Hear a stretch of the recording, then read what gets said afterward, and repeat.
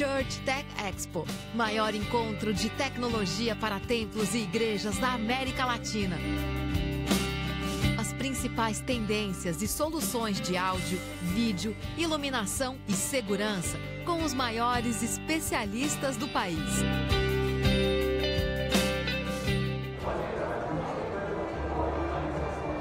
Olá, mais uma vez ao vivo aqui da Church Tech Expo Panorama Show 2017. A gente está no fim do segundo dia de evento, um evento que é um sucesso. A gente está no terceiro ano de congresso, um terceiro ano de feira, um grande sucesso de público, um grande sucesso de congresso. Nosso convidado agora para a entrevista é José Augusto de Blasses, diretor da Cinemática, que participou agora há pouco de um debate de um assunto novo para a gente, que é a realidade virtual. Obrigado por estar aqui conosco. Prazer, como sempre. E a primeira pergunta não é nem sobre tecnologia, né? É uma discussão que surgiu no nosso debate, que sentido faz a realidade virtual no sentido de aproveitar a produção audiovisual de forma individual e não coletiva, que é como quando nós vamos ao cinema, quando nós estamos em casa com a família assistindo televisão, em família, em grupo, né? Que sentido faz eu me trancar com óculos para consumir uma mídia? Essa mídia, isso tem futuro, porque o 3D entrou por uma porta e saiu por outra. A realidade virtual pode seguir pelo mesmo caminho? O que você acha? Então, eu acho que pode, corre o risco de, porém ela tem aplicações mais amplas do que o 3D. Embora ela tenha ainda essa limitação de você precisar do device, né? Você precisar da interface, do óculos e tudo isso, ela tem hoje outras aplicações, e até foi um pouco o foco da minha fala, outras aplicações, a gente tem uma subdivisão em imersivas e não imersivas. As não imersivas, elas têm uso mais, digamos assim, profissional, no sentido de uma tecnologia aplicada à medicina, à educação, aos treinamentos, aos... O que pode ser feito com a medicina? Na medicina, por exemplo, já existe, na verdade, né? Todos os exames que são hoje não invasivos, são exames por imagem, eles já estão sendo transformados em realidade virtual.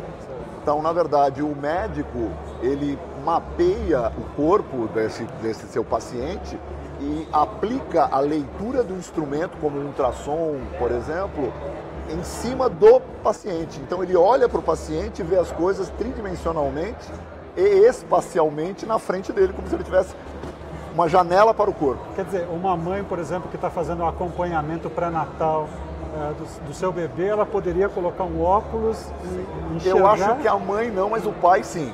Porque a mãe está deitadinha lá na mesa, tá, né? Ela vai ficar ali deitadinha e o pai vai ver essa sua esposa com o seu futuro filho ali dentro da barriga se mexendo, porque na verdade o equipamento de ultrassom está fazendo a leitura.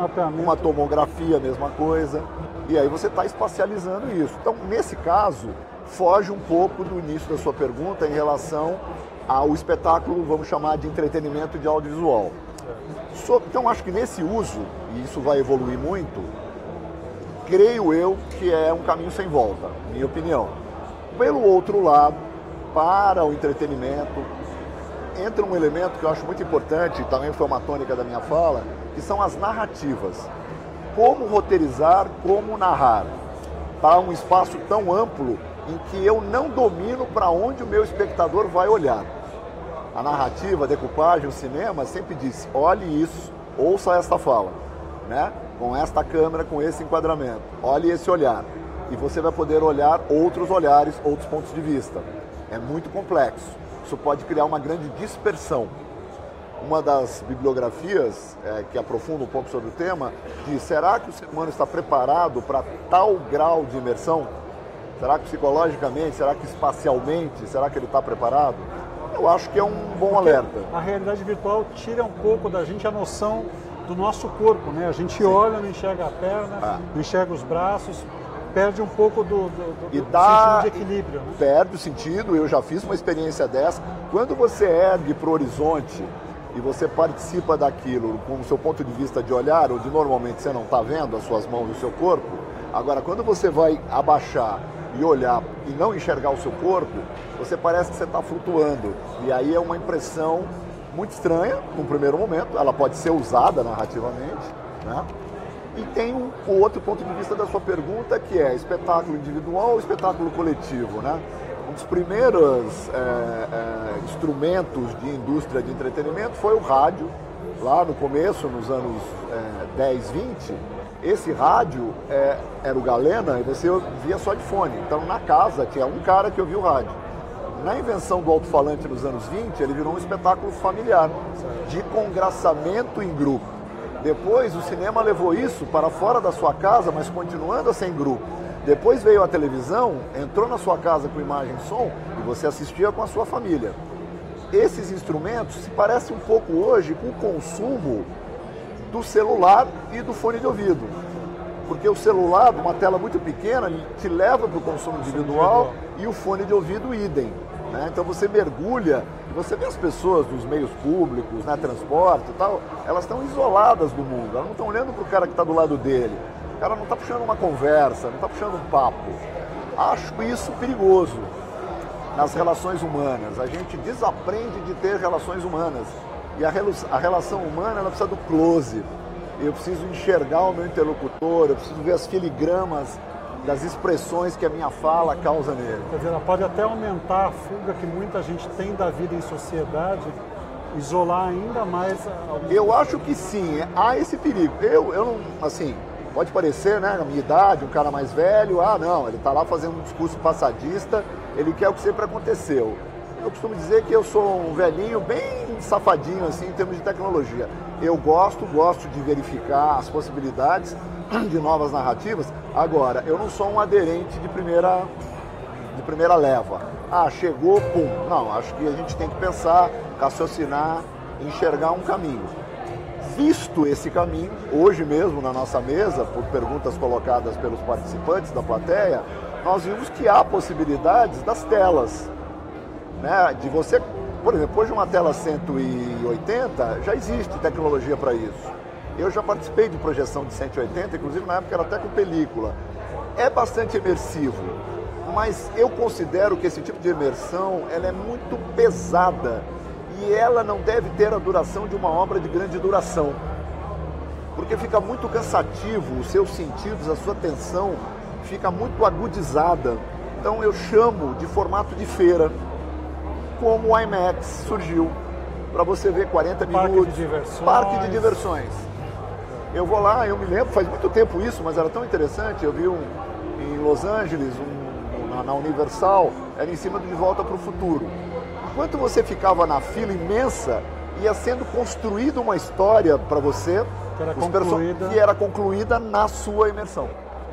Tudo levava àquele ápice da narrativa. E o cinema 180 graus não é nem de longe novidade. Tem pelo menos uns 50 anos. Não é novidade. Só que ele nunca se disseminou fora das feiras, fora dos parques, fora das exposições. Então, nesse aspecto, eu vislumbro muito isso. Planetário também. Planetário, que é aquela abóbada de 180.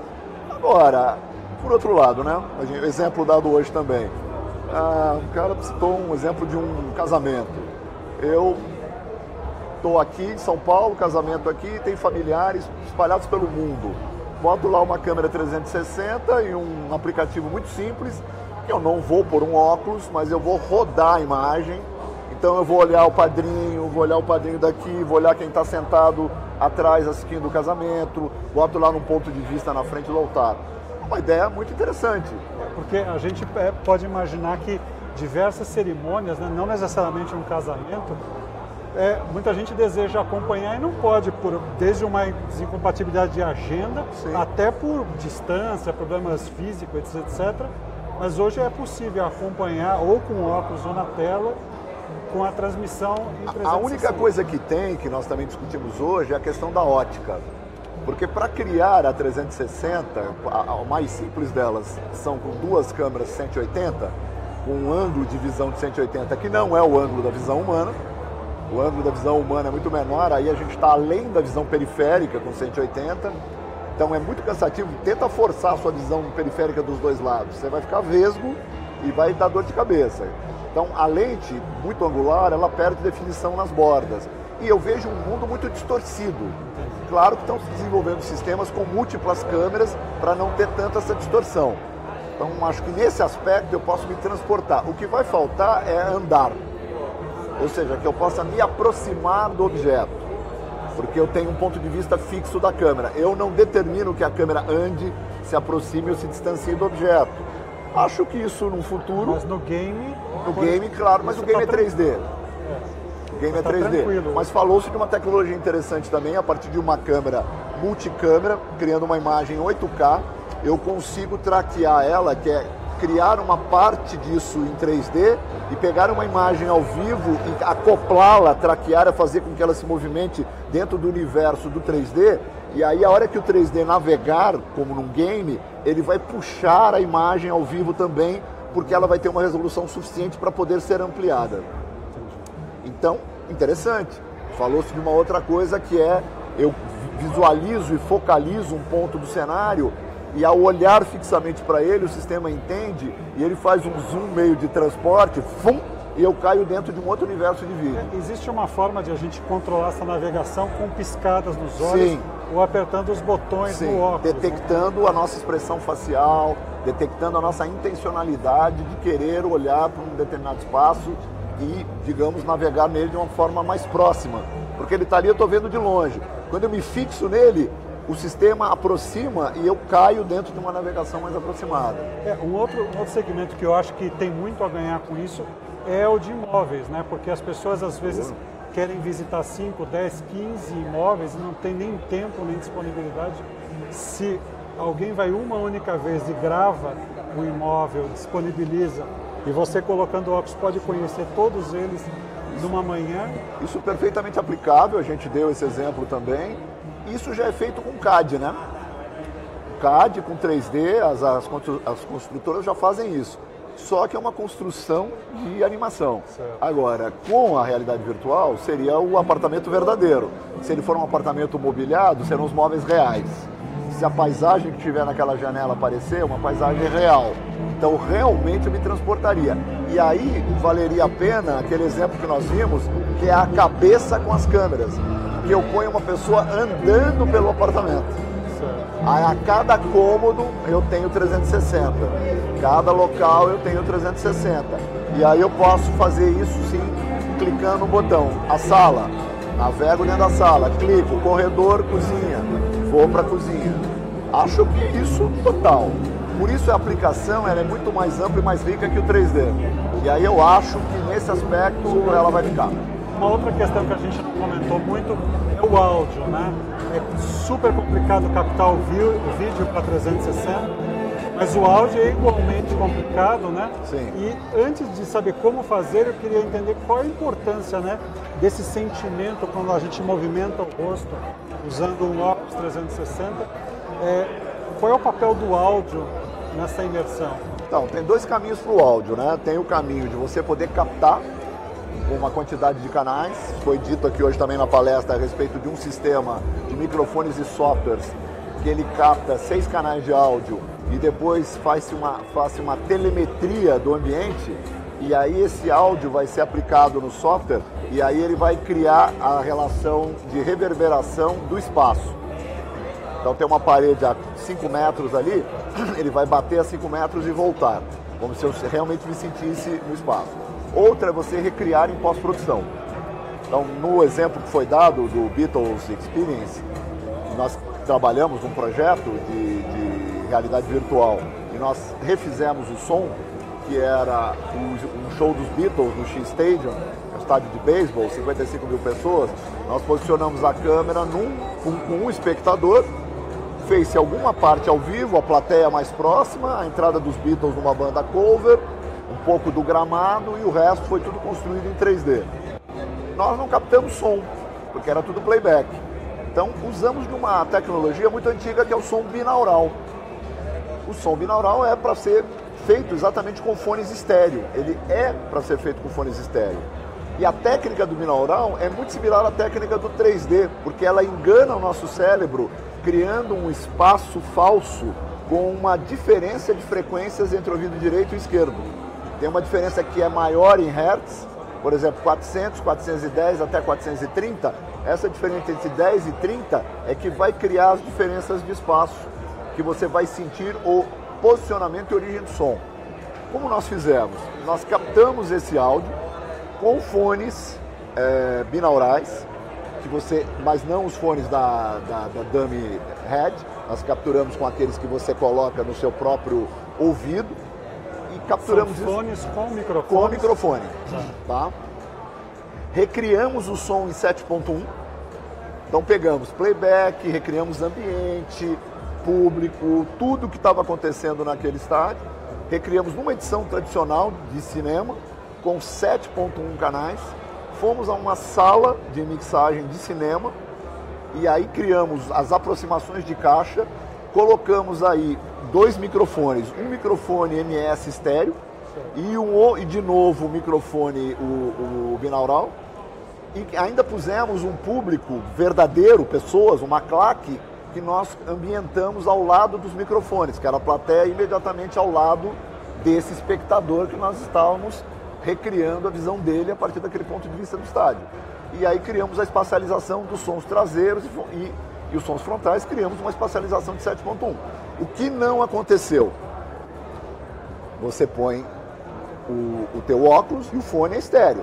Então, quando você vira, o som mostra espaços, mas ele não muda o eixo, que é o que acontece hoje em dia com games. Então existe uma detecção da tua virada e aí você muda o sistema de canais. O sistema novo da Dolby, né, o Atmos, ele é um sistema de 11.1.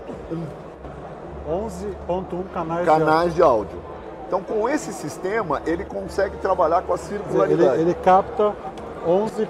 Ele tem 11 ângulos diferentes. Ele pode trabalhar com 11 caixas ou 12 caixas e trabalhar também com menos caixas, mas refletindo no teto.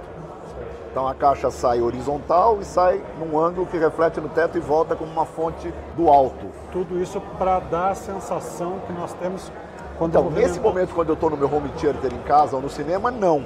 Tá. Só que hoje já tem softwares que estão trabalhando isso para games, em que ele detecta a tua virada, porque veio de uma animação 3D do game. Então quando você vira, ele no metadados, ele informa o sistema, e o sistema com um delay micro, ele trabalhando com a engine de games e com esse som preparado dessa maneira, o som muda a espacialização. Então ele muda o centro, ele muda a origem do som principal e ele vai redistribuindo nas caixas. Então isso é uma coisa que nós da Cinemática, somos uma pós-produtora de som, né, na Cinemática Audiovisual, a gente está pesquisando.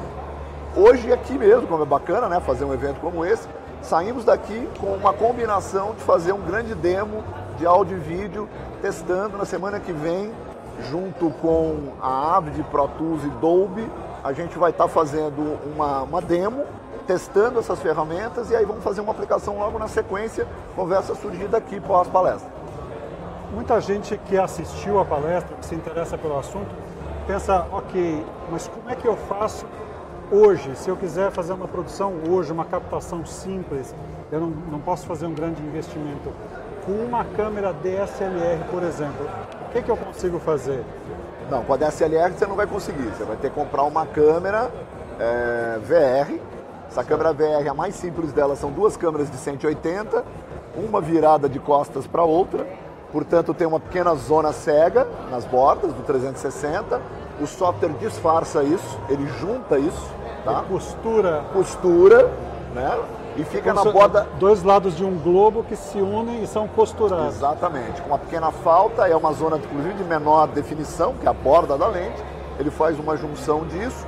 Uma câmera como essa, você transmite ao vivo e vai para um óculos transmitido pela internet. Ou para os softwares, na verdade, seriam os portais, né? YouTube, Vimeo, que pode estão... conectar direto Facebook, a câmera diretamente. Sim, fazer um stream e subir isso. Só que lá você não vai ver com óculos, você vai ver naquele player que gira a função que gira a imagem. Para isso eu precisaria transmitir uma banda no mínimo em 2 canais para aí ter a conexão com óculos. Agora, voltando para a DSLR, nem sempre você precisa de uma imagem 360 graus, porque muitas vezes o que a gente quer assistir é o que está na nossa frente. Sim. Não me interessa muito o que está atrás, mas o que está à minha frente. Então 180 graus já é o suficiente. Alguma adaptação de lente ou alguma simulação por software posterior à minha gravação, poderia criar um falso 180 para eu fazer uma brincadeira? Eu imagino que sim, usando uma lente olho de peixe. Vai ser uma lente aí tipo 8 milímetros, né? Para uma câmera full frame, para dar o efeito de 8 milímetros. E o software vai recebê-la como uma metade da 180, né? Desculpa, metade da 360. Vai recebê-la como uma 180. Acredito eu que você possa limitar o giro a 180. Porque quando a gente pesquisa no YouTube, em outras plataformas, é muito comum que algumas delas, quando você vai girando, chega uma hora que para e fica tudo preto. Quer dizer, fica claro que foi uma gravação plana. Sim. Depois distorcida, foi simulado 180 graus para um uso com óculos, uma brincadeira, né? Sim. Claro, isso não é Então, com uma lente fisheye, que a gente chama, né, uma olho de peixe, para você ter o mesmo tipo de distorção que você tem com a câmera de VR, acredito que sim. E aí você pode limitar o teu player não a 360, mas a 180. Também. Né? Aí você bate aqui e volta, né? E saindo do baixo custo, né, do preço de entrada, e pulando para uma transmissão ao vivo de TV, por exemplo. A gente sabe que num jogo de futebol, qualquer outro esporte, tem muitos gráficos, muitas imagens, muita informação sobre a velocidade de um jogador, sobre qual é o lado do campo que tem mais jogo, o lado do time que tem mais posse de bola. Nem sempre essa informação está disponível, porque senão a tela ia ficar muito poluída. Sim. Agora, com um óculos, eu poderia ativar informações aqui periféricas que podem saltar conforme o meu interesse particular, né? Seriam dados que vêm, enquanto eu estou assistindo o jogo, movimentando, eu combinar os gráficos de uma transmissão ao vivo esportiva com o VR. Isso já existe? Você tem alguma... Olha, isso eu não sei, né? O grande especialista, que era o Ale, que teve aí, provavelmente ele deva saber disso. A única coisa é que, como a câmera fica fixa, tudo isso você veria muito longe. E a gente não quer ver um espetáculo de futebol, de basquete, de futebol americano à distância. Aí é a mesma frustração de estar no estádio. Qual é a vantagem de estar no estádio? Eu estou no calor do jogo, no calor da hora, uso a minha visão para focalizar a jogada, e lá eu estou numa grande angular. Você imagina, vai no estádio, pega uma lente fisheye e fica com o olho nela o jogo todo. Você não vai gostar. Vai ficar todo mundo muito longe, muito pequeno. A gente pode fazer transmissão cortando para várias câmeras VRs, né? Só que a câmera VR, como ela é toda angular, ela não vai ter uma zoom. Então eu estou lá, mesmo que o máximo que eu vou chegar é na beira do campo. Poderia trabalhar com cable cam. Eu poderia fazer, por exemplo, uma opção de assistir da posição do técnico. Eu faria o seguinte, eu faria o jogo normal, 4K, lindão, e eu teria a câmera do cable cam, esta câmera, só ela em VR. Voando pelo campo. Voando pelo estádio. Aí eu clico numa tecla, vou para ela e aí vejo o estádio inteiro, revejo o gol por esse ponto de vista. Você pode fazer o replay a hora que quiser também. A hora que eu quiser. Aí eu acho bacana. E na hora do jogo eu quero ver a jogada próxima, né? Por exemplo, você vê as diferenças entre as transmissões europeias, da Champions League, por exemplo, e as nossas transmissões. Lá, ele te coloca dentro do campo, porque eu tenho lentes muito poderosas, dando close nos jogadores o tempo inteiro. Então tá quente a relação. Eu tô dentro, é como se eu estivesse dentro do campo, plano. Mas a aproximação do objetivo me coloca dentro do jogo, né? Agora, isso que você falou dos gráficos, das informações, já vamos chamar de extra-tela, também seria interessante. Então eu quero ver um extra-tela, suponhamos que eu estivesse vendo também com óculos, aqui no centro do meu óculos está a imagem normal 16:9. Eu clico num controle, entra o 360 dessa câmera. Clico num outro botão, a minha janela corre para as laterais. O jogo fica central e entra informação aqui. Esta informação extra que você está falando. Acho bacana, estou vislumbrando aqui. Agora, qual é o problema? Se vira uma tela aqui dentro e não completa, a hora que eu fizer assim, a minha tela vai ficar andando, né?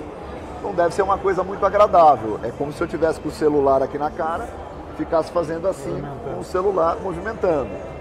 Talvez dê uma certa fobia, não fica uma coisa muito bacana, né? Então eu acho que minha visão agora, na sua pergunta, pensando agora, televisão bacana, uma boa televisão de bom tamanho na minha casa, e aí eu tenho essa imersividade com uma câmera do cable cam. Aí, bacana, vou lá, ou eu vejo lá e vira um aplicativo e eu navego nela, como a gente navega na internet, lá na minha TV mesmo, cliquei para ela, aí eu tenho um controle aqui remoto no celular, fazendo touch, rodo, vou para lá, para cá, bacana. Ou, nesse momento, eu visto óculos só para olhar isso. E pode ser um show do intervalo. Assistir o jogo inteiro, bacana, sei como ele tá. Visto óculos para o show do intervalo e tem um espetáculo inteiro trabalhado em VR no show do intervalo. Sensacional. Vários ângulos de câmera, informações novas, replays, uma câmera do Cable Cam que se aproxima da jogada. Aí é aquilo que eu falei, 15 minutos. Show de 15 minutos, acabou, vou ver meu jogo de novo normal, entendeu? Eu acho que essas alternâncias entre o espetáculo feira que eu falei mais curto e o normal, eu acho que talvez esteja aí um bom caminho. Que pode acontecer no cinema também, por que não?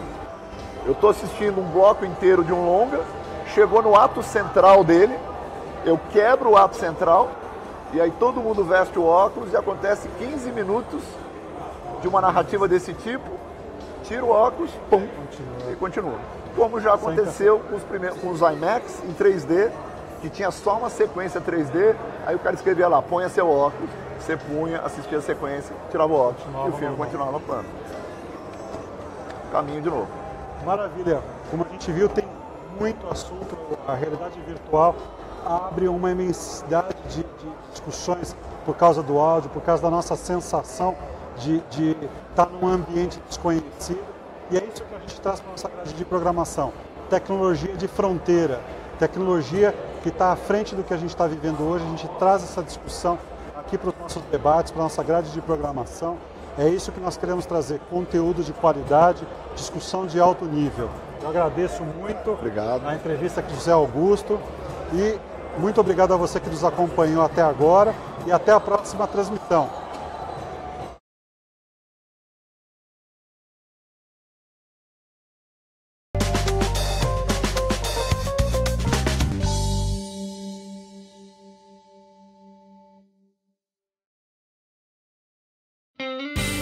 Church Tech Expo, maior encontro de tecnologia para templos e igrejas da América Latina. As principais tendências e soluções de áudio, vídeo, iluminação e segurança com os maiores especialistas do país.